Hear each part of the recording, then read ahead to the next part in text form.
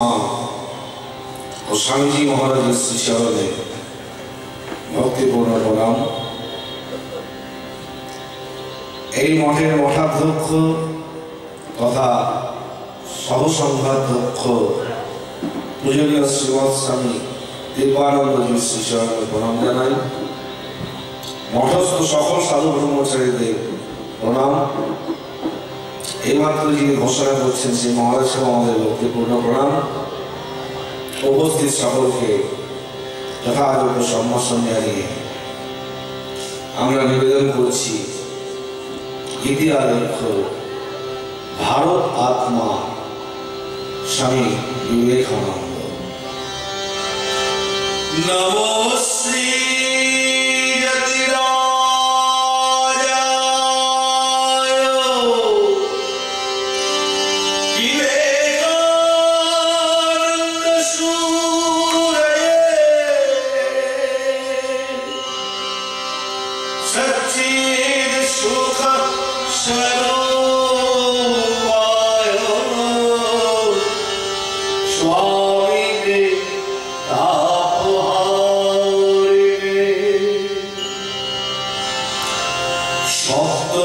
মন্ডল মাঝে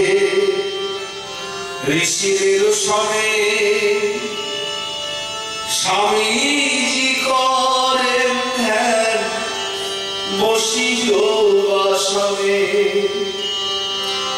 শিশু বেশে শ্রীরামকৃষ্ণ কহিলেন তাই যাইতেছি সাথে যেতে হবে যে সপ্তর্ষিবৃন্দ 7 জন ঋষি বসে আছেন। ওরা ভগবানকে ডাকছেন, ধ্যান করছেন। কোথা থেকে সেখানে একটি ছোট ছেলে এলো। কি তার রূপ দেখলে চোখ জুড়িয়ে যায়, কিন্তু দেখবে কে? ঋষিগণ সকলেই তো চোখ বুজে আছেন।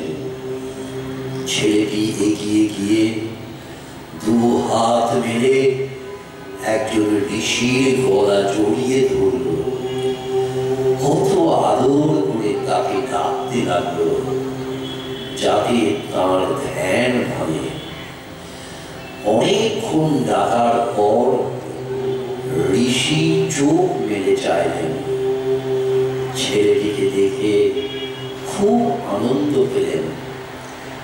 ঋষিকে চাইতে দেখে ছেলেটি মিষ্টি করে বলল, আমি যাচ্ছি, তোমাকেও যেতে হবে।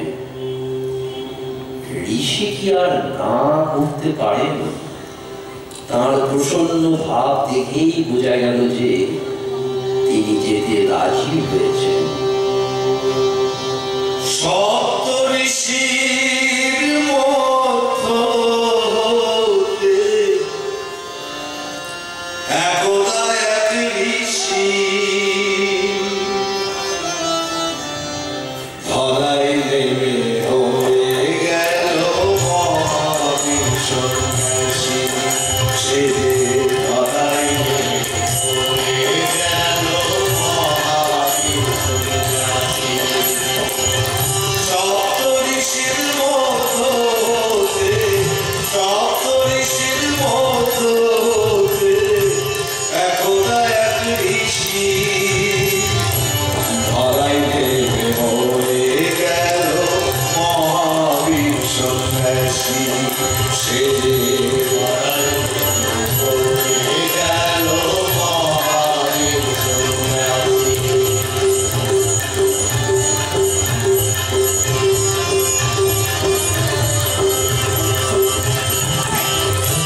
কলিকাতায় জন্ম তাহার, শিশুকালের খেলা,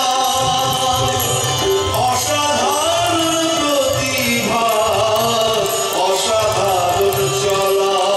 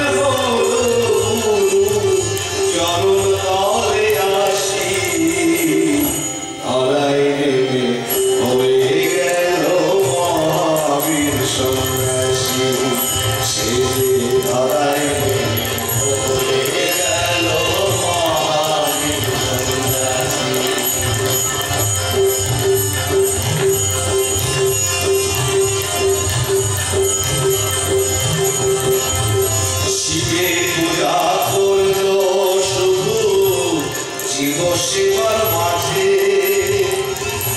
জ্ঞান